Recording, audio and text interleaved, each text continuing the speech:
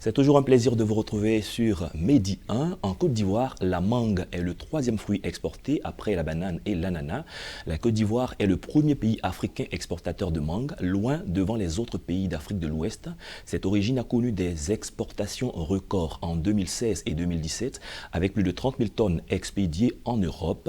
Cette émission entend aborder l'apport de ce secteur à l'économie ivoirienne et les perspectives.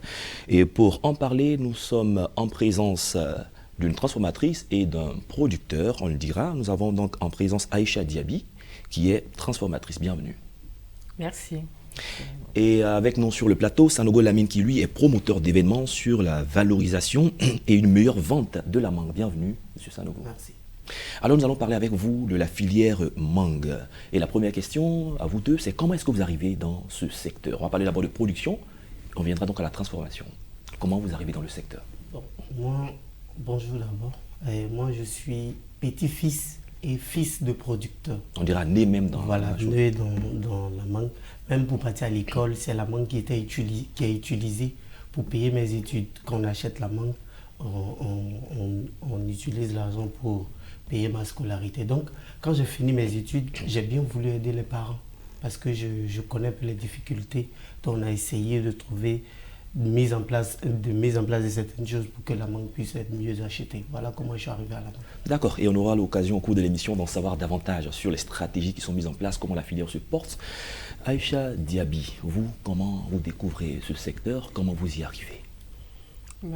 J'avais à la base un projet de transformation agroalimentaire. Je n'avais pas forcément une fixation sur la mangue. Et par un parcours accidentel, je me retrouve à transformer la mangue. En fait, je vendais déjà les mangues.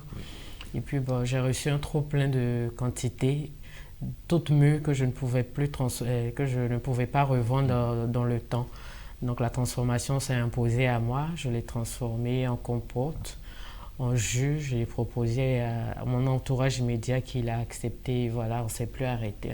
On s'est rendu compte qu'il y avait un énorme manque à gagner. Donc, j'ai fait pas mal de recherches sur le secteur, sur la filière. Je me suis rendu compte qu'il y a énormément de pertes, énormément de gaspillage. Donc, beaucoup de travail à faire. Donc, énormément de gaspillage, beaucoup d'opportunités. C'est ce que vous vous attelez à faire. Comment se porte aujourd'hui ce secteur au niveau de la production, M. Sanogo?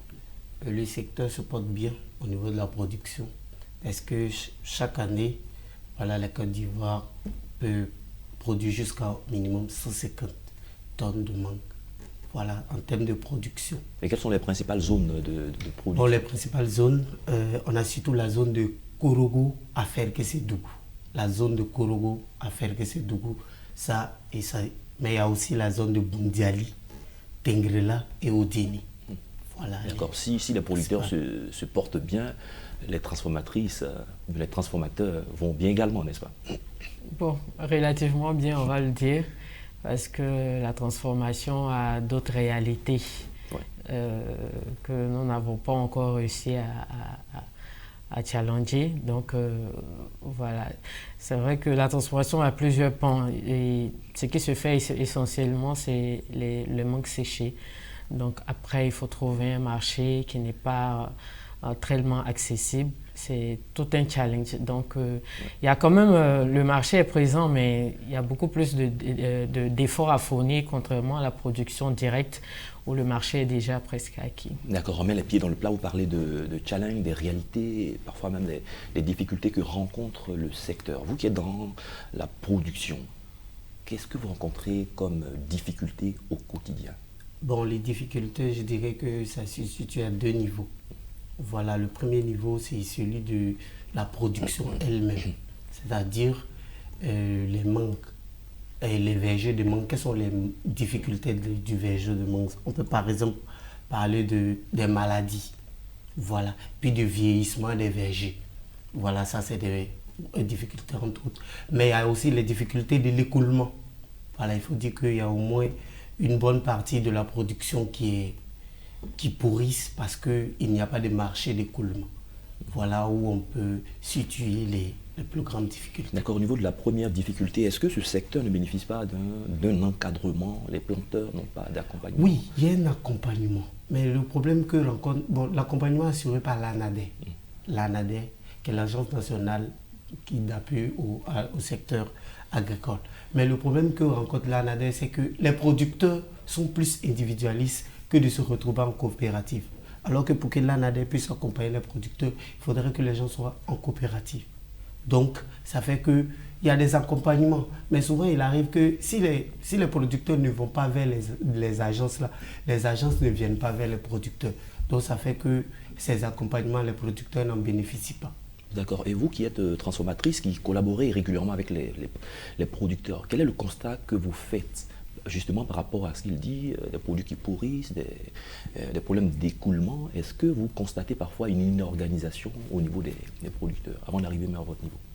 Oui, il a parfaitement raison. Il y a l'individualisme qui joue beaucoup sur l'impact positif qu'on recherche.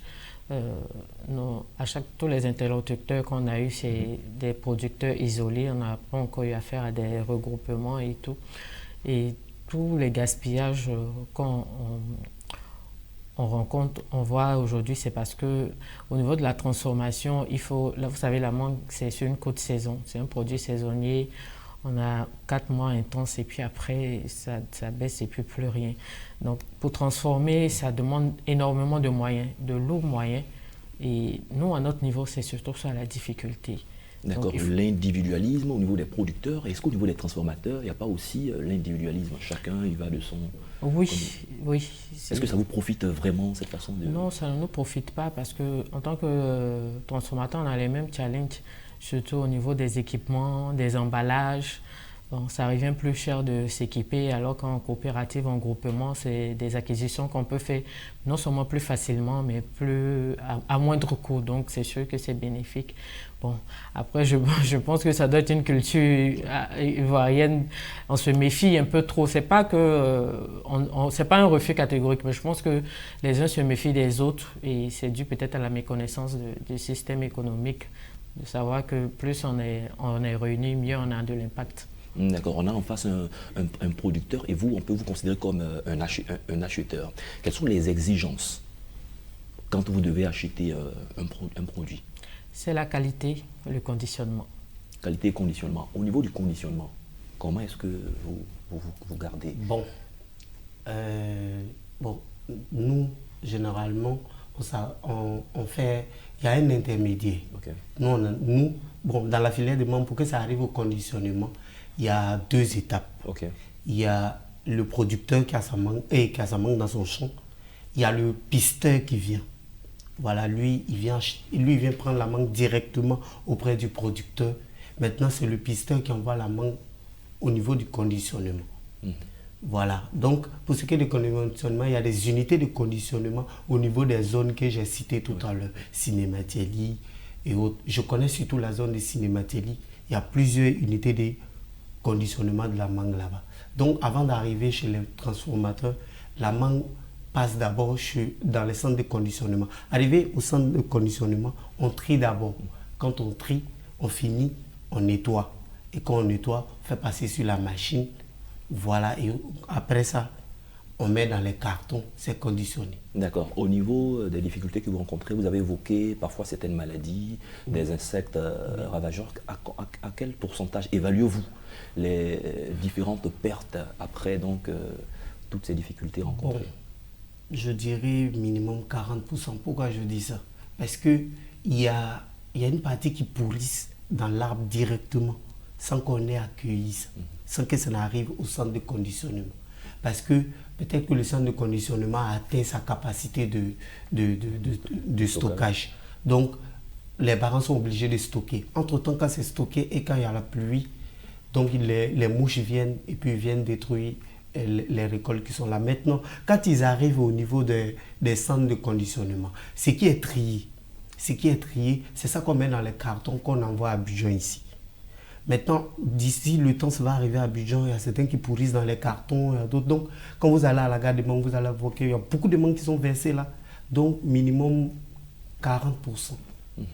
Ça veut dire qu'il y a des manques de qualité qui ont fini ou elles ne devraient pas finir, alors qu'il y a des transformateurs, il y en a qui n'attendent qu'à récupérer ces produits de qualité et en faire de la transformation. L'année dernière, 2020, a été une année difficile pour le monde entier, pour la Côte d'Ivoire peut-être particulièrement, mais pour vos différentes filières. On sait que le secteur des mangues était en croissance, en nette croissance, mais l'année dernière a été qualifiée de catastrophique. Comment avez-vous vécu cette année de crise sanitaire dans votre travail? Un peu comme tout le monde, ça a été l'opportunité pour nous aussi d'explorer d'autres pistes et de nous rendre compte que la mangue est un produit tellement parfait. C'est un produit qu'on peut transformer à zéro déchet, de la peau, pour ne pas dire de la racine, jusqu'aux fruits et de la peau jusqu'à l'amande. On peut tout transformer et tout a de la valeur. On veut en savoir davantage sur quelques produits dérivés. Voilà, par exemple, avec les conditions d'enfermement qu'a occasionné la Covid, on pouvait par exemple produire énormément de beurre de mangue. C'est presque un produit impérissable. Donc, actuellement, on serait en train de le vendre. Mais bon, il aurait fallu déjà que tout soit en prévision et tout.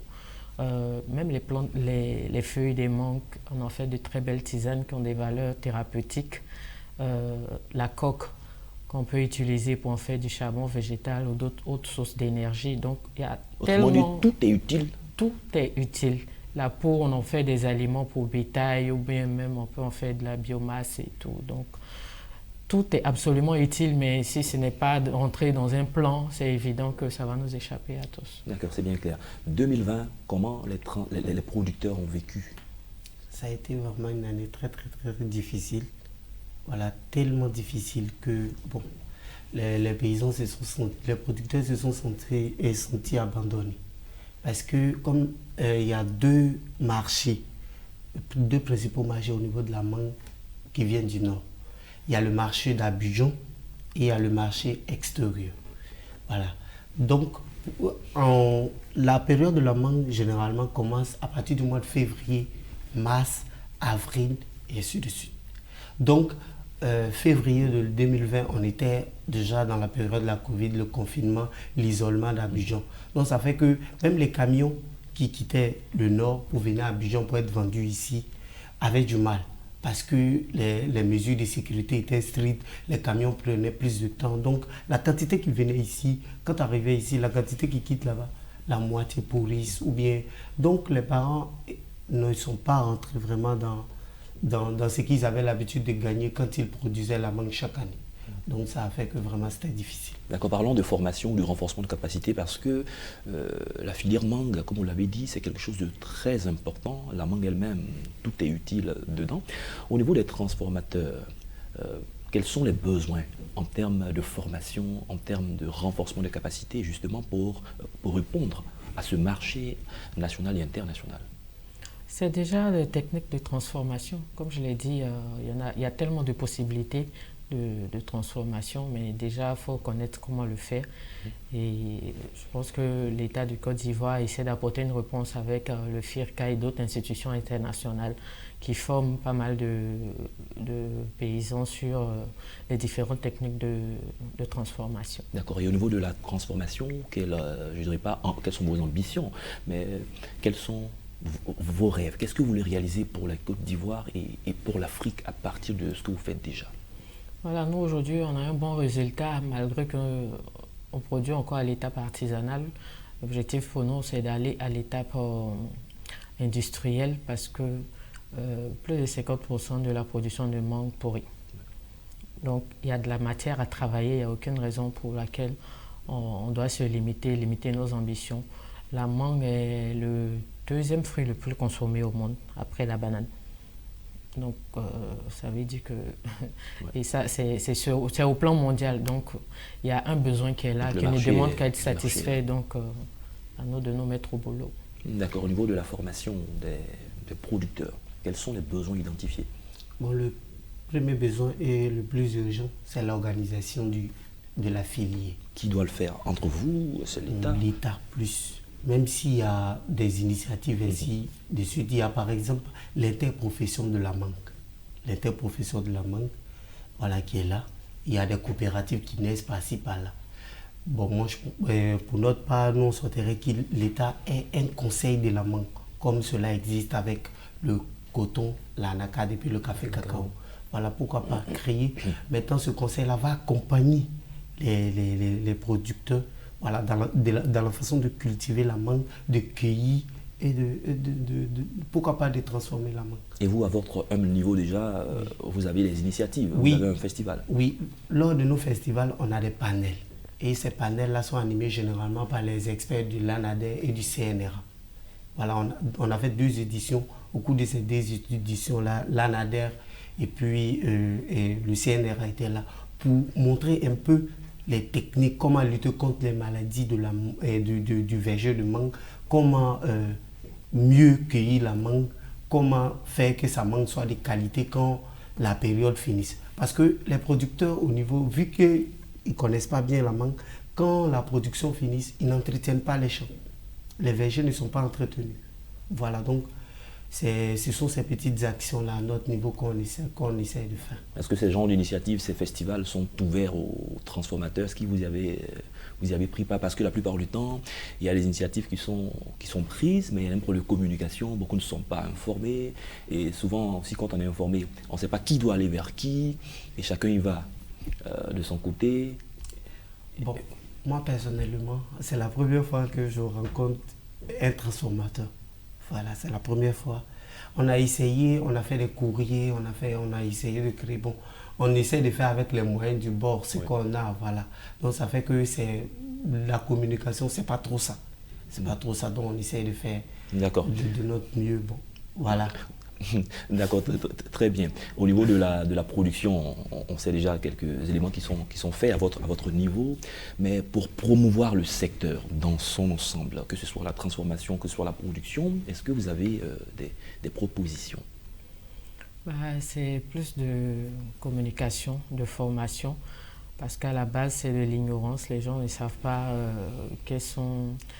Moi, comme je vous l'ai dit, ce n'est pas accident que j'ai découvert la filière. J'ai été surprise de voir tout le potentiel qu'il y a et qui malheureusement n'est pas exploité. Donc, moi, je suis arrivée par accident, mais imaginez toutes ces autres personnes encore qui attendent de savoir ce qu'il y a à faire là. Donc, on doit faire beaucoup de promotion, vulgarisation, formation. Et ça, c'est des actions individuelles ne pourront pas avoir un impact important. Il faut vraiment qu'il y ait... une bonne implication des autorités, des institutions, avec un bon plan, une bonne stratégie pour atteindre une meilleure cible. D'accord. Les questions liées à la mangue en compte pour 4% dans le PIB ivoirien. Il y a beaucoup de jeunes entreprises se cherchent, estiment qu'il n'y a pas de boulot. Quelles pourraient être les opportunités dans cette filière pour eux, pour ces jeunes? Bon, les opportunités sont nombreuses. Par exemple, prenons le cas d'un simple producteur qui a son hectare de mangue. Si il veut produire des mangues de qualité, il peut employer jusqu'à 2 personnes dans son champ, par exemple, pour s'occuper de comment traiter la mangue. Parce qu'avant la période où on traite la mangue, on doit s'occuper du champ, on doit s'occuper pour qu'il y ait la bonne qualité. Donc ça, c'est des opportunités. Il y a des opportunités aussi au niveau de la transformation. Voilà. Et quand il y a la période de mangue, il y a des opportunités au niveau du transport. Au niveau du transport, et il y a aussi des opportunités au niveau de la vente. Voilà, donc je pense que les opportunités sont vraiment nombreuses si les conditions sont réunies, bien sûr. Pour parler d'opportunités au niveau de la transformation, qui mieux que vous? Oui, ce qui est intéressant avec la transformation, c'est tout un écosystème qui gravite autour. Ouais. Déjà, au niveau des équipementiers, on a plein d'ingénieurs, de mécaniciens, qui peuvent créer des solutions adaptées aux petits besoins de nous, les transformateurs. Au niveau même des packaging, emballages, on a un gros vide, on n'a pas de réponse, il faut aller chercher jusqu'en Chine des solutions. Au niveau même des imprimeries, Parce qu'après, nous, on fait des étiquetages. Il y a beaucoup de choses. Il y a énormément de choses, comme il a dit, transport, communication. C'est tout un écosystème à développer autour. Donc, c'est vraiment un grenier d'emplois si vraiment on arrive à bien organiser et à faire ressortir tout ce qu'il faut. D'accord. Et là où nous sommes, si vous étiez reçus respectivement par des autorités compétentes qui vous posaient une question toute simple, quels sont les défis, si vous devez résumer les défis liés à vos différents secteurs d'activité au niveau de la transformation, au niveau de la production, pour que l'État puisse accompagner. Comment vous résumerez vos défis actuels? Au niveau de la production, je dirais formation et accompagnement. Formation sur quoi? Formation sur la façon de cultiver. C'est-à-dire que tout le processus, avant d'arriver au conditionnement, c'est-à-dire que comment entretenir les champs, comment renouveler les vergers, comment cueillir la mangue, comment la transporter jusqu'à l'unité de transformation ou bien unité de conditionnement. Là s'arrête le travail des producteurs. Voilà. Et quant à vous? Et pour nous, c'est premièrement l'équipement. L'équipement de transformation. C'est carrément hors de prix. Ouais. Donc, un accompagnement dans ce sens aiderait. Il y a pas mal. C'est vrai qu'on a encore besoin de pas mal de monde, mais il y a beaucoup d'initiatives individuelles. Et si on a de lourds équipements, on peut quand même gagner beaucoup sur le taux de gaspillage qu'il y a déjà. D'accord. On va certainement terminer avec cette question. Nous sommes en train d'aller vers la fin de l'émission. Le circuit de vente. Au niveau de la production, vous êtes dans les champs, les choses sont faites, vous avez expliqué comment ça arrive, mais expliquez-nous clairement le circuit de vente, parce que parfois avec les pisteurs, il y a des difficultés que vous rencontrez, le prix du kilo qui va baisser au fur et à mesure, et parfois les producteurs se retrouvent appauvris. Cela est dû principalement au fait que avant la production, il y a une période post-production, puis il y a la période de production. À la période post-production, il faut traiter les champs, il faut s'occuper bien du champ. Donc généralement, les parents n'ont pas les moyens de s'occuper de ça. Donc les pisteurs sont là, ils viennent pister les parents. Tu as tel nombre de champs, tu as tel nombre d'hectares. Bon, moi, je peux te trouver de l'argent pour que tu aies des produits phytosanitaires pour traiter ton champ. Voilà, et quand ton champ va arriver, je serai le premier à me servir. Voilà. Donc, quand la plupart des parents sont dans ça. Ouais, ils ont les dos au mur. Voilà, donc quand ils viennent, si tout ça, c'est les centres de conditionnement qui envoient en Europe qui font ça beaucoup. Voilà, c'est eux qui donnent l'argent aux pisteurs, qui vont voir les parents. Donc, si quelqu'un vient te voir, il t'a aidé à traiter ton champ. Voilà, si la période arrive, c'est lui, il vient se servir d'abord. Quand il finit de te servir, toi, tu peux vendre la part. Ça veut dire qu'il va venir prendre la part de manque qui représente l'argent qu'il t'a donné. Donc, si par exemple, l'argent que tu as donné couvre tout ton champ, tu te retrouves appauvri. Donc, tu te rends compte que tu as produit voilà. pour... Donc, généralement, c'est le circuit qui est là. C'est le circuit qui est là. Ce n'est pas censé être le circuit, mais c'est le circuit qui est présentement dans les zones que j'ai citées, là. Surtout la zone des cinématiels. Les producteurs qui arrivent en s'en sortir, c'est ceux qui ont peu de moyens, qui peuvent acheter les produits phytosanitaires pour traiter leurs champs eux-mêmes. D'accord. Quelles sont les caractéristiques d'une mangue bio? Parce que vous qui faites la transformation, vous triez, vous ne prenez pas toutes sortes de mangues. Donc dans l'exigence que vous avez, une mangue qui respecte un certain nombre de critères, c'est quoi pour vous? Parce qu'il parlait de produits phytosanitaires, il y a des engrais, il y a beaucoup de choses qui sont faites. Et quand ça arrive à votre niveau, quels sont les critères sur lesquels vous appuyez pour sélectionner? Nous déjà, on accepte toutes les qualités pour éviter parce que franchement notre objectif c'est éviter le gaspillage. Donc on travaille avec toutes les qualités. Donc d'une qualité à une autre, l'exigence n'est pas la même. Il y a certaines qui sont plus pulpeuses que d'autres, d'autres sont plus juteuses, d'autres sont plus acides, d'autres sont plus sucrées. Donc on a une solution pour chaque, pour chaque variété. Donc du coup, nous on ne regarde pas la difficulté qu'il y a là-bas, on regarde plutôt à la solution qu'on peut apporter à chaque différente variété qu'on a en face de nous. D'accord, puisque sur notre plateau, ça sera la dernière question, puisque sur notre plateau, on a un transformateur qui découpe, un producteur qui découpe la toute première fois un transformateur. La transformatrice, j'imagine que déjà, elle a les contacts avec les producteurs. La collaboration, à quel niveau pourrait-on l'améliorer pour que d'un commun accord, vous travailliez pour booster la filière? Parce que les préoccupations, souvent, sont les mêmes. Un tour de table. D'accord. En fait, c'est plus de communication, plus de visibilité, comme elle a eu à le dire. Voilà, plus de vulgarisation de la mangue. Parce que les producteurs, généralement, n'ont pas accès aux transformatrices ou aux transformateurs parce qu'ils ne savent pas leur existence. ils ne savent pas leur existence. J'ai été surpris dernièrement de découvrir des produits transformés de la mangue venant de Côte d'Ivoire. J'ai été tout surpris. Alors que vous, dès que vos mangues, soit vous mangez, oui, ça, oui. Ça va directement. Bon, voilà, donc c'est plus de vulgarisation, plus si les producteurs et si les transformateurs peuvent bien plus communiquer sur leurs activités, créer des événements qui vont permettre des rencontres. D'accord, très bien. Pendant que vous aussi, vous faites votre part. Ok, très bien. Pour la collaboration? Oui, la collaboration, elle est plus que nécessaire parce qu'elle nous permet d'enlever entre nous un intermédiaire, de parler. Donc, eux, ça leur permet aux producteurs de vendre à un meilleur prix. Nous, ça nous permet de dire directement ce qu'on recherche sans passer par un tiers. Donc, c'est toujours bien qu'il n'y ait pas d'intermédiaire entre nous. D'accord, très bien. C'est là qu'on va s'arrêter pour cette émission. Merci Aïcha Diaby, vous êtes transformatrice. Nous avons eu le plaisir à vous recevoir à cette émission. Plaisir partagé. Et avec nous, Sanogo Lamine qui est promoteur d'événements pour la valorisation et une meilleure vente de la mangue. Merci pour tout le travail que vous faites pour la filière, de père en fils. Oui. C'est la fin de cette émission. Merci à tous de l'avoir suivi. Bonne suite de nos programmes.